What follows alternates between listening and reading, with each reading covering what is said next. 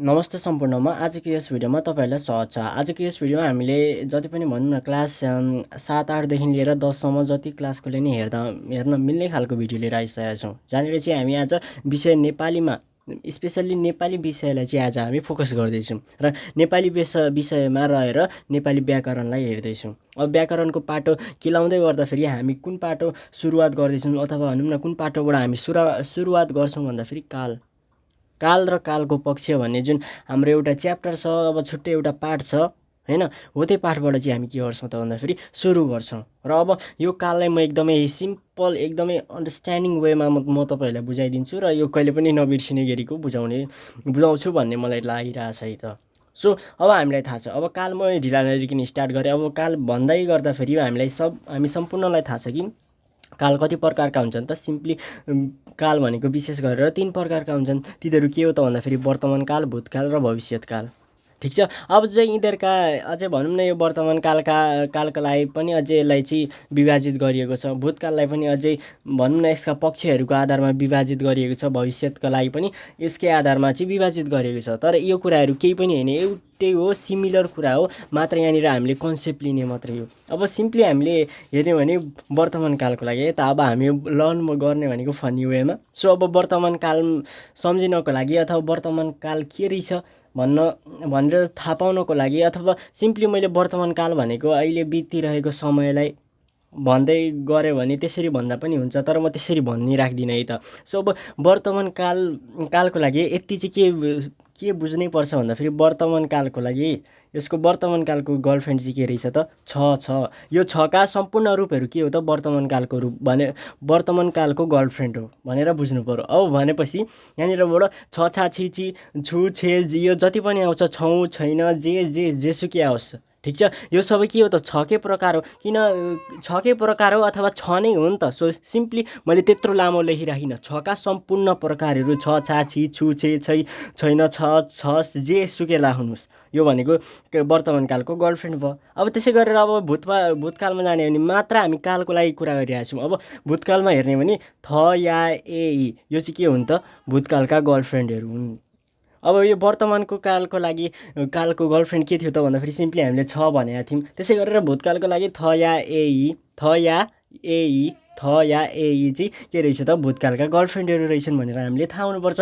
अब थका सम्पूर्ण रूप, याका सम्पूर्ण रूप, एका सम्पूर्ण रूप, ईका सम्पूर्ण रूप, ईमा के पर्छ इन अथवा भनौँ न इन, यस्तै कुरा म भनौँ न थ, था, थी, थु, थे यो सम्पूर्ण यिनीहरूका सम्पूर्ण रूपहरू नै के हो त यसका सम्पूर्ण रूपहरू भूतकालका गर्लफ्रेन्डहरू हुन्। भनेपछि भूतकालको अब वर्तमानको गर्लफ्रेन्ड भन्ने भने एउटा छ भने भूतकालको अलिक धेरै छ। अनि त्यसै गरेर अब भविष्यतकालको लागि कुरा गर्ने भने भविष्यतकालको लागि एउटा मात्रै गर्लफ्रेन्ड छ जुन चाहिँ ने छ। अब भविष्यतकालमा चाहिँ हाम्रो के छ त ने छ, किनकि यो त आउने समय हो नि त। अब म के हुन्छ त सिम्पली अब मानौँ एउटा भविष्यतकालमा अब मैले चाहिँ के बनाएँ भन्दाखेरि एउटा वाक्य बनाउँदाखेरि पक्कै पनि मेरो युट्युब च्यानल अब 1-2 महिनामा धेरै चल्नेछ भनेर पनि मैले भन्न नि सक्छु। यो पनि एउटा भविष्यतकाल भयो।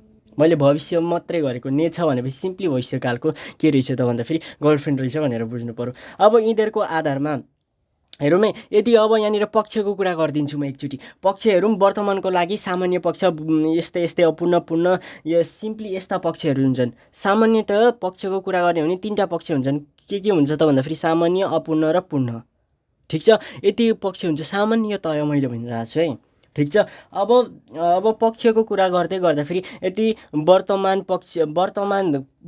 काल बना मानौँ है, यदि अपूर्ण वर्तमान बना भनौँ भने अपूर्ण वर्तमान पक्ष भनेको एउटा अपूर्ण हो पनि मैले भनिदिइराखेँ। पक्ष भनेको एउटा पक्ष जुन यो 3टै कालको लागि कमन भनेको अपूर्ण, पूर्ण, सामान्य यिनीहरू कमन नै हुन्। भनेपछि मैले कुरै गरेँ सामान्यको। भनेपछि सामान्य वर्तमान पक्षमा लैजा भन्यो भने सामान्य वर्तमान भनेपछि वर्तमान त वर्तमान छ आउने बित्तिकै छका वर्तमानको गर्लफ्रेन्डहरू आउँछ। वर्तमानका गर्लफ्रेन्ड के छ त छ। अब छका सम्पूर्ण रूप पनि के हुन्छ गर्लफ्रेन्ड हुन् भनेर बुझ्नु पर्यो। अब पूर्ण वर्तमान काल बना भनौँ भने के बुझ्नु पर्यो भन्दाखेरि काल त के बनाउनु पर्नेछ सिम्पली वर्तमान काल बनाउनु पर्नेछ। पक्ष चाहिँ के बनाउनु पर्नेछ पूर्ण। भनेपछि काल वर्तमान बनाउनु पर्ने छ भनेपछि यहीँबाट हामीलाई थाहा हुन्छ कि छ चाहिँ चाहिन्छ, छ बिना हुँदैन, यो गर्लफ्रेन्ड बिना हुँदैन, लु सक्यो, यो बिना हुँदैन। त्यसै गरेर भूतकालमा पनि त्यसरी नै यसका पनि पक्षहरू छन्। अहिले हामी ती पक्षहरूलाई पनि केलाउँछौँ यता, यो भविष्यकाल हो, यसका पनि पक्षहरू हुन्छन्। यसरी नै मैले सिम्पली अलिकति तपाईँहरूलाई बुझाउन मात्र कोसिस गरेको। अब सिम्पली यहाँ पक्षहरू पनि मैले लेखिसकेको छु। अब पक्ष हेर्न सकिन्छ, यो कालहरूको पक्ष हुन्। सामान्यतया भन्यो भने वर्तमानको पक्षहरू 3टा पक्ष हुन्छन्, जुन चाहिँ सामान्य पक्ष, सामान्य खालको पक्ष क्या।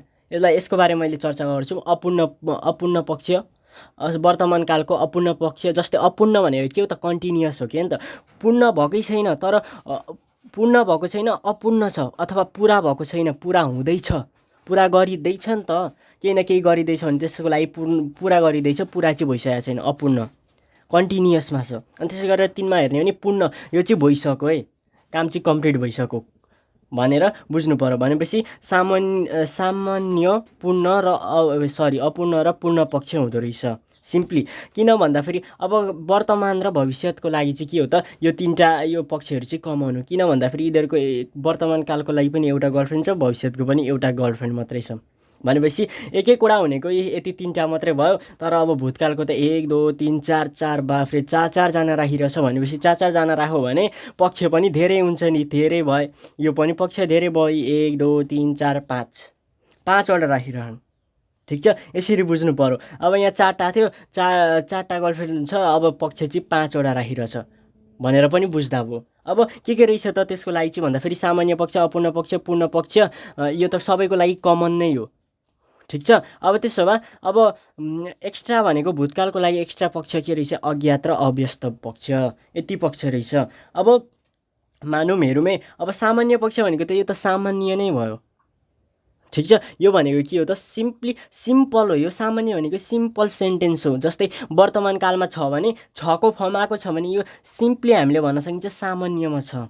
अब पूर्णमा हुनको लागि के चाहिँदो रहेछ, यसको लागि हेर्छौँ यता हामी।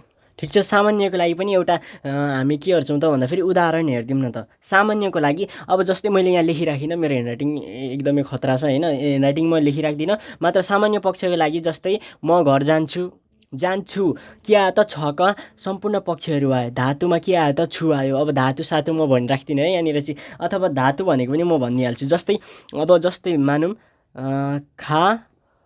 होइन, मानौँ न धातु हेरौँ अथवा भन्दा पनि खेल, यो खेल भयो, यो भनेको धातु भयो। अब धातुमा प्लस छु राख्नु पर्यो। अब धातुमा छु राख्ने भन्न खोजेको म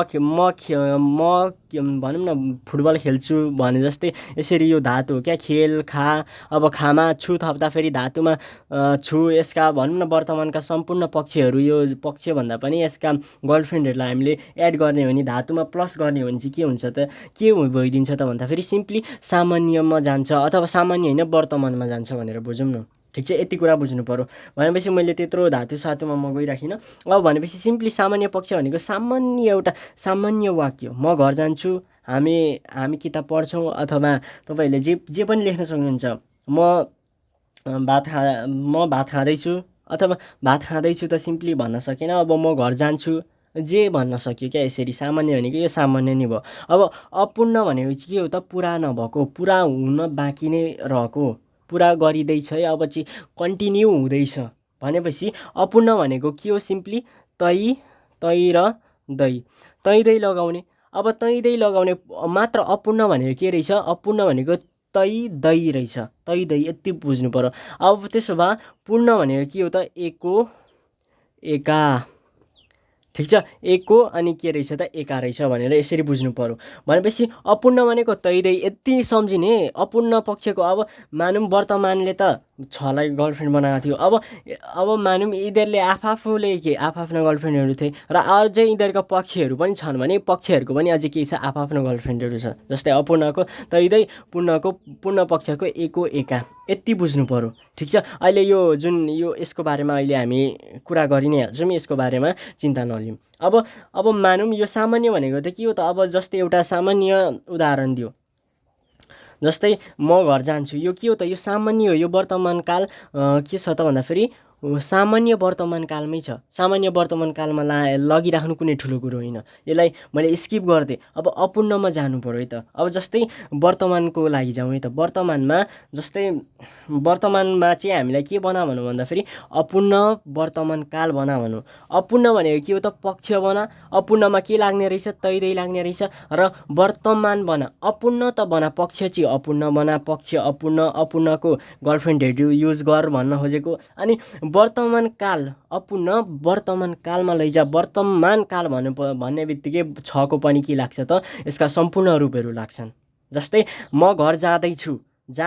म घर हेरौँ है, म घर जान्छु।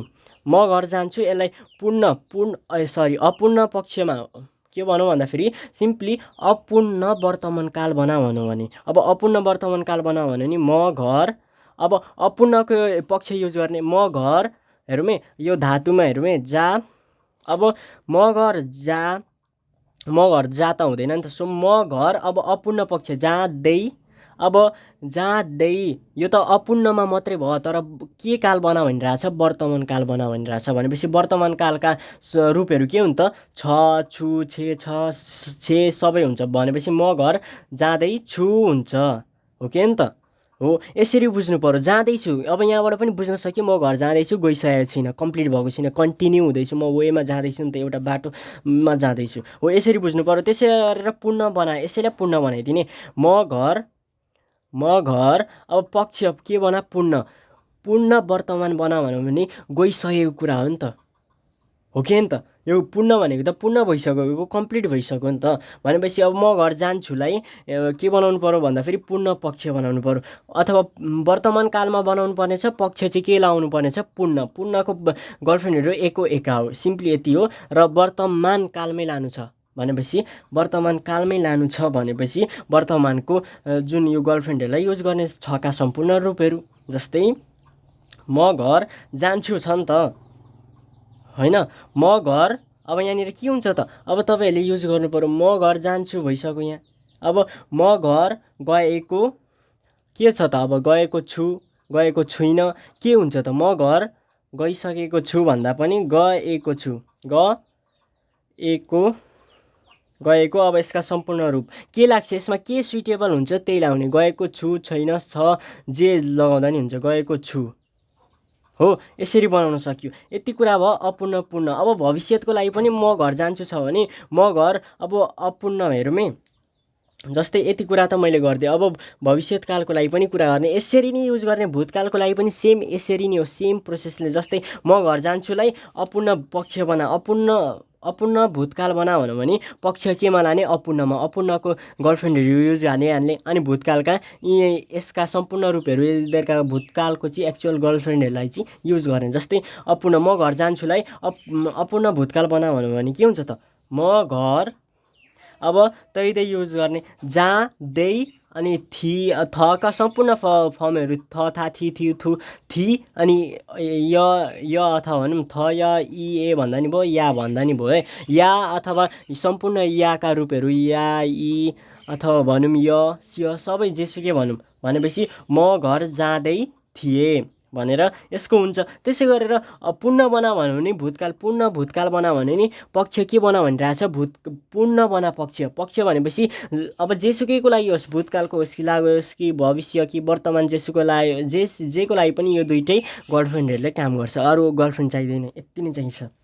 ठिक छ। अब भनेपछि यिनीहरूले छोड्दैनन् भनेपछि अब म घर जान्छुलाई पूर्ण भूतकाल बना भन्यो भने पूर्ण पक्ष के बना? पूर्ण बनाउने बित्तिकै के हो त? एको एका लाग्नु पर्यो। भनेपछि म घर, अब अहिलेको कुरा हेरौँ है। अब म घर गएको हेरौँ है, म घर गएको। अब थका सम्पूर्ण फर्महरू थिए हुन्छ कि अथवा के हुन्छ नि?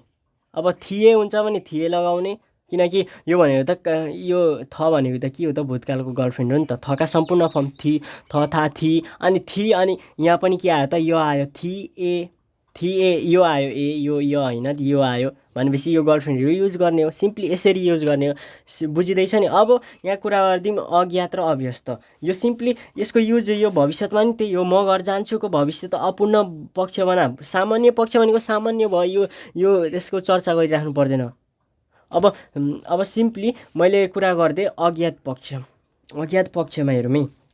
अज्ञात पक्षमा के हुन्छ त भन्दाखेरि यो भूतकालको लागि मात्रै सीमित छ यो दुईटाहरू भनेपछि अज्ञात पक्ष भनेको चाहिँ तपाईँले यो बुझ्नुहोस् कि मलाई थाहा थिएन भर्खरै थाहा भएको क्या बितिसकेको थियो तर थाहा भएन।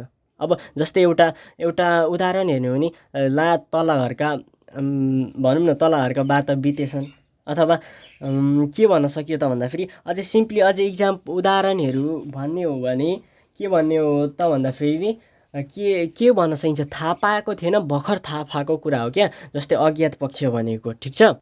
अथवा अझै यसका उदाहरण हेर्ने हो भने के पनि लिन सकिन्छ त के पनि भन्न सकिन्छ त भन्दाखेरि राम त परीक्षामा के प्रथम भएछ यो पनि एउटा के हो त भन्दाखेरि सिम्पली यो पनि के हो त भूतकालमा लगेको अज्ञात पक्ष भनेको भर्खर अघि बितिसकेको थियो तर भर्खर थाहा भयो भनेपछि वर्तमानमा थाहा भयो नि त हामीलाई त्यही भएर चाहिँ यसमा चाहिँ हामीले के युज गर्छौँ छका पक्षहरू पनि युज गर्छौँ है त। सो यति कुरा क्लियर हुनु पर्यो। अब त्यसै गरेर अभ्यस्त पक्ष भनेको चाहिँ के हो त भन्दाखेरि सिम्पली हामीले पहिले गर्ने बानी र अहिले चाहिँ गर्न छोडेको बानी भने जस्तै भनेर बुझ्दा पनि भयो। जस्तै म पहिले गेम खेल्थेँ भन्ने भने मैले के जनाउँछ त म पहिले गेम खेल्थेँ तर अहिले खेल्दिनँ। जस्तै म पहिले पढ्थेँ तर अहिले पढ्दिनँ म पहिले पढ्दैन थिएँ तर अहिले पढेँ भने जस्तै यो चाहिँ के हो त अभ्यस्त भनेपछि म खेल्थेँ जान्थेँ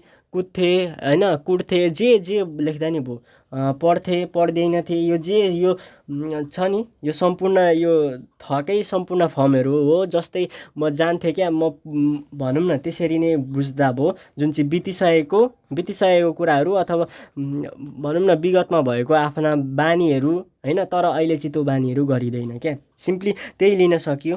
ठिक छ। अब यति नै मैले आजको लागि चाहिँ यति नै बनाएँ। यहाँनिर अलिअलि मैले बुझाउन खोजेको तपाईँहरूलाई कतिको बुझ्यो यो चाहिँ कमेन्ट हानौँ है त।